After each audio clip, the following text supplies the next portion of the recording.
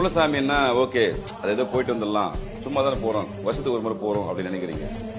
குலசாமின்றது நீங்க நினைக்கிற அளவுக்கு சாதாரண தெய்வங்களும் கிடையாது.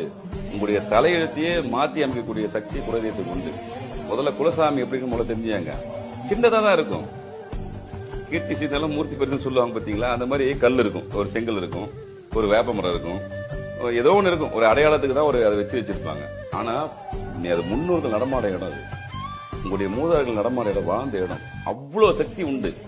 இன்னொன்னு முதல்ல புரிஞ்சுங்க, உங்களுடைய பிரார்த்தனைகளை இப்ப நிறைய பேர் ஒண்ணு சொல்லுவாங்க தெரியுங்களா, நான் எல்லா கோயிலுக்கும் போயிட்டேன், எல்லா தெய்வத்தையும் கும்பிட்டேன், ஆனா எனக்கு எதுவுமே நடக்கலன்னு ரொம்ப நொந்து போயிடுவாங்க. ஏமா நான் செய்யாத பரிகாரம் கிடையாது, எல்லாத்தையும் செஞ்சு எனக்கு ஏன் நடக்கலன்னு கேள்விப்பாங்க. அந்த கேள்விக்கு பதில் தான் குலதெய்வம். உங்களுக்கு குலதெய்வ அருள் இல்லை அப்படின்னா உங்களுக்கு எதுவுமே 100% நடக்காது. ஃபர்ஸ்ட் குலதெய்வத்தின் ரொம்ப மஸ்ட். ரெண்டாவது விஷயம், உங்களுடைய பிரார்த்தனைகள், நீங்க சாமி கும்பிடுறீங்களா, ஐயா